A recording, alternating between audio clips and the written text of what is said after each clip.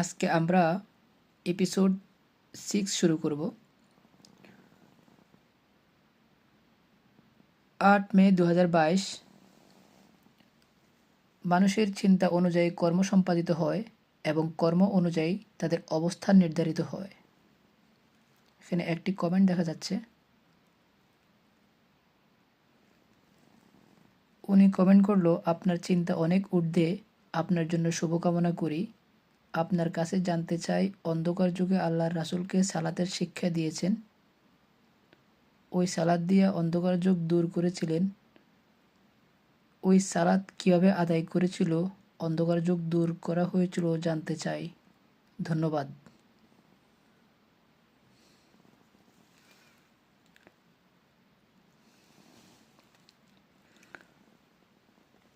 তারপরের পোস্টে একই দিনে ছিল, সফলতার সংজ্ঞা সবার কাছে এক সমান নয়, মানুষের মস্তিষ্ক তাদের সীমানা নির্ধারণ করে।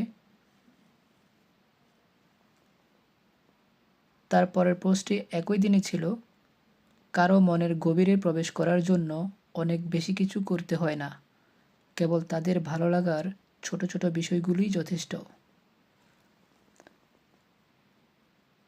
তারপরের পোস্টটিও একই দিনেই ছিল, দুঃখবিহীন জীবন, দুঃখবিহীন সুখের কোনো সংজ্ঞা নেই। তারপরের পোস্টটি তার পরের দিন ছিল, 9 মে 2022, মৃত্যু আছে বলেই জীবন এত সুন্দর। তারপরের পোস্টটি তার পরের দিন ছিল, জীবন হলো একটি সত্তা, যা অনন্ত সত্তার একটি ছোট রূপ।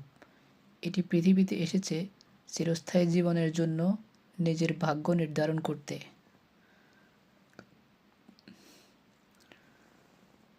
তারপরের পোস্টটি ছিল 14 মে 2022, স্রষ্টা এবং তার সৃষ্টির মধ্যে কোনো দূরত্ব নেই, শুধু মানুষের দৃষ্টিভঙ্গির দূরদর্শিতা নেই। তারপরের পোস্টটি ছিল 18 মে 2022, হুজুরদের অজ্ঞতা থেকেই নাস্তিক মতবাদের সৃষ্টি। যদি কোরআন হাদিসের দেয়া তথ্য অনুযায়ী স্পষ্ট জ্ঞান হুজুরদের মধ্যে থাকতো, তবে নাস্তিকদের সৃষ্টি হতো না। একজন মানুষ তখনই নাস্তিক হয় যখন সে তার ভেতরের প্রশ্নের উত্তর কোথাও খুঁজে পায় না। এ সকল প্রশ্নের উত্তর দেওয়া তাদের দায়িত্ব, যারা নিজেদেরকে হুজুর বলে দাবি করেন। যারা নিজেদেরকে নাস্তিক দাবি করে, তারা কোরআন হাদিস থেকেই প্রশ্ন ছুড়ে দেয়। যে সমস্ত প্রশ্নের উত্তর আমাদের হুজুররা দিতে পারে না, তারা নাস্তিকদের প্রশ্নের জবাব না দিয়ে তারা পড়ে আছে বিয়ের পর স্ত্রী সহ